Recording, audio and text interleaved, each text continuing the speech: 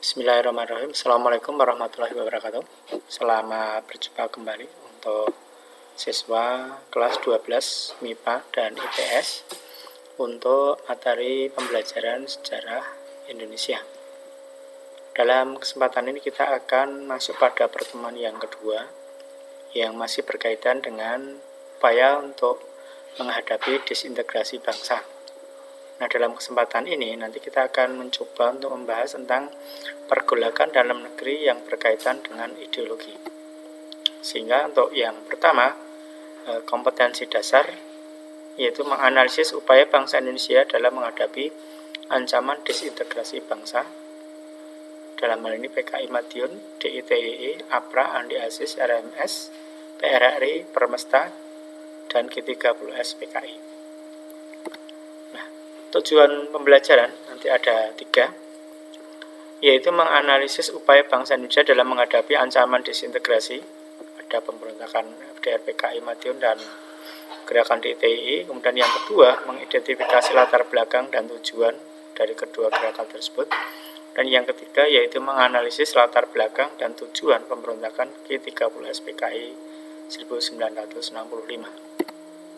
Sehingga materi pokoknya yaitu tetap kita pada konsep pergolakan di dalam negeri yang berkaitan dengan ideologi dalam rentang waktu 1948 sampai 1965. Untuk yang pertama yaitu pemberontakan FDR PKI Madiun. Jadi satu peristiwa yang muncul di tahun 1948 di mana saat itu pemerintah RI yang baru terbentuk masih berjuang keras dengan dukungan rakyat untuk mendapatkan pengakuan kedaulatan untuk menghadapi ancaman dari keinginan bangsa Belanda untuk berkuasa di Indonesia. Nah, yang jadi pertanyaan, mengapa PKI atau FDR ini melakukan pemberontakan? Alasan utama tetap bersifat ideologis, di mana mereka itu bercita-cita menjadikan Indonesia sebagai negara komunis. Ini kita bisa melihat dari apa yang diungkapkan oleh seorang musuh. Amir Syarifuddin semula adalah sebagai Perdana Menteri, namun dari efek dari perjanjian Renville, kabinetnya jatuh kemudian digantikan oleh kabinet Hatta. Amir Syarifuddin kemudian berbalik menjadi oposisi dan menentang isi perjanjian Renville dan pelaksananya. Padahal dia sendiri yang memproses perundingan tersebut. Ini satu hal yang unik. Sementara tokoh komunis, yaitu Musso yang memimpin PKI, ternyata berhasil menarik dukungan dari partai dan organisasi kiri, yaitu FDR, Front Demokrasi Rakyat, bergabung dalam PKI. Awal pemberontakan. Bahwa konflik yang muncul sejak jatuhnya kabinet Amir itu memuncak pada bulan September 1948, di mana sesaat setelah berakhirnya PON yang pertama di Solo, maka muncul pertikaian di antara kekuatan bersenjata yang ada di Solo. Selanjutnya nanti FDR PKI akan memusatkan kegiatan di kota Madiun, sementara Musso dan Amir nanti akan memproklamasikan berdirinya Republik Soviet Indonesia. Ini yang pertama adalah tokoh Amir Syarifuddin, dan yang kedua adalah tokoh Musso. Nah, untuk kegiatan atau peristiwa pemberontakan FDR PKI ini nanti akan nampak di awal kegiatannya, itu dari dokumen yang disita dari rumah Amir Syarifuddin, di mana diketahui FDR PKI memiliki rencana yang pertama, yaitu menarik pasukan komunis atau yang berafiliasi dengan komunis yang tergabung dalam TNI dari garis depan. Padahal garis depan itu berhadapan dengan kekuatan Belanda yang setiap saat itu bisa melakukan penyerangan ke wilayah RI. Dan yang kedua yaitu memindahkan pasukan-pasukan komunis ke daerah yang strategis dan meninggalkan daerah yang sekiranya tidak mungkin dipertahankan. Dan yang ketiga yaitu membentuk tentara rakyat. Dan yang keempat, FDR merencanakan daerah Madiun sebagai basis gerilya jangka panjang. Sebaliknya adalah menjadikan Surakarta sebagai Wild West, daerah liar, di mana banyak peristiwa nanti akan muncul di situ untuk pengalihan perhatian dari masyarakat. Nanti terbukti dari apa yang sudah kita singgung di depan. Ini nampak nanti dari agitasi politik dari PKI, di mana akan mengacaukan Surakarta. PKI akan memprovokasi terjadinya pertentangan antara divisi Siliwangi dengan pasukan Panembahan Senopati sehingga muncul yang namanya peristiwa Serambatan. Silahkan nanti Anda browsing sendiri di internet. Nah, konflik di Surus juga akan menyebabkan terbunuhnya Dr. Muwarti, pemimpin Barisan Bandeng yang saat itu menjadi sayap militernya Gerakan Rakyat Revolusioner yang merupakan lawan politik dari FDR. Nah, PKI juga melakukan kerusuhan di berbagai daerah, terutama di daerah Madiun dengan melakukan teror untuk menjatuhkan kewibawaan pemerintah RI saat itu.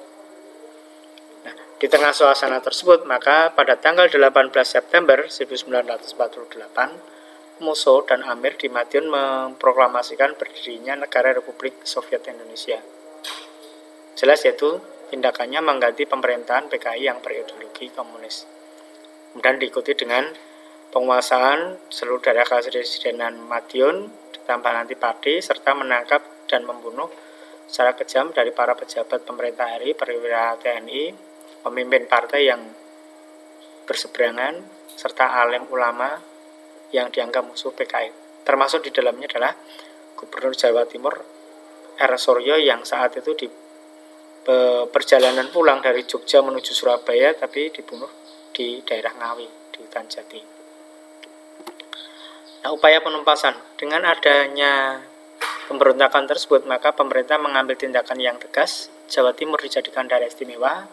Kolonel Sungkono itu diangkat menjadi gubernur militer Jawa Timur dan Panglima Markas Besar Komando Jawa Kolonel A.H. Nasution.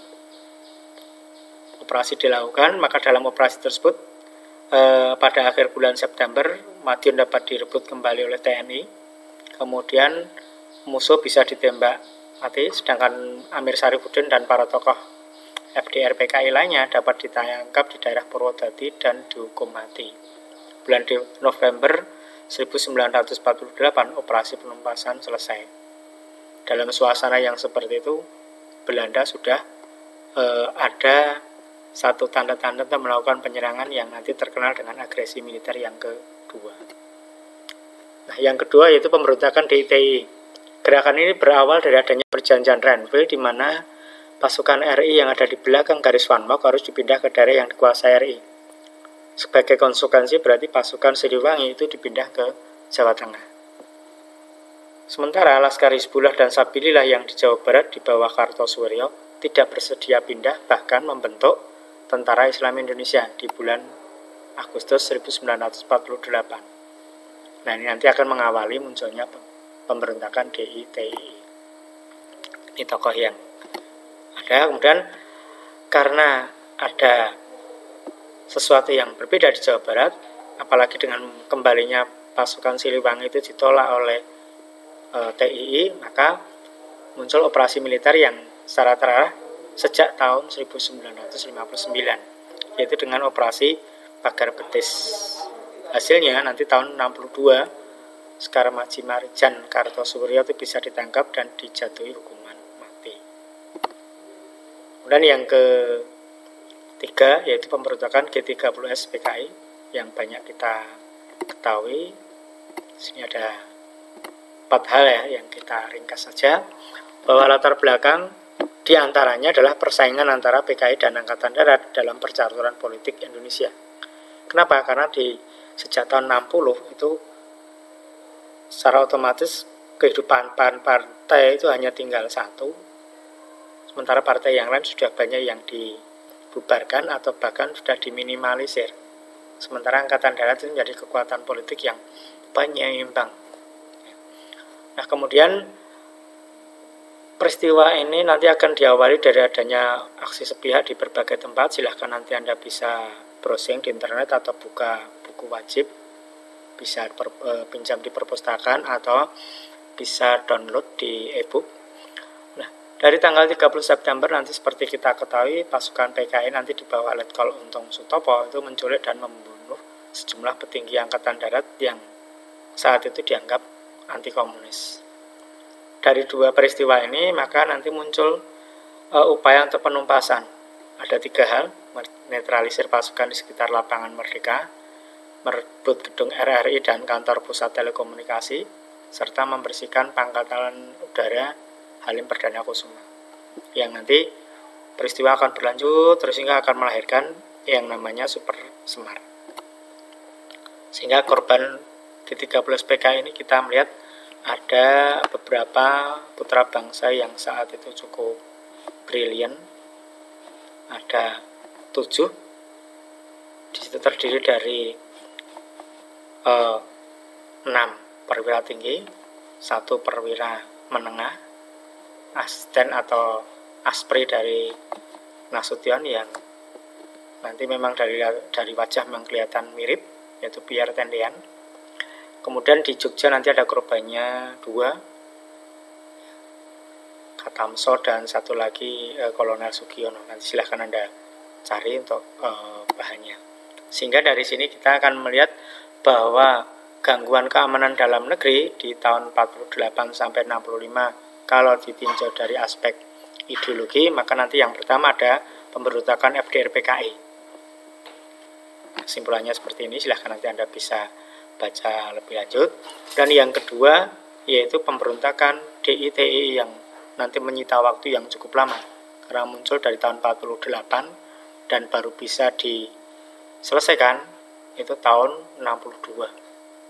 Perlu waktu yang cukup lama, perlu biaya yang cukup besar dan korban yang cukup banyak. Dan yang ketiga yaitu adanya pemberontakan G30S PKI yang nanti intinya akan memunculkan korban yang cukup banyak di kalangan perwira militer saat itu, hingga nanti akan terjadi upaya untuk penumpasan. Bisa Anda baca lebih lanjut. Ini yang bisa kita sampaikan pada pertemuan kali ini. Untuk memperdalam lebih lanjut materi tersebut, silahkan Anda baca sumber dari buku wajib yang ada di perpustakaan yang bisa Anda pinjam.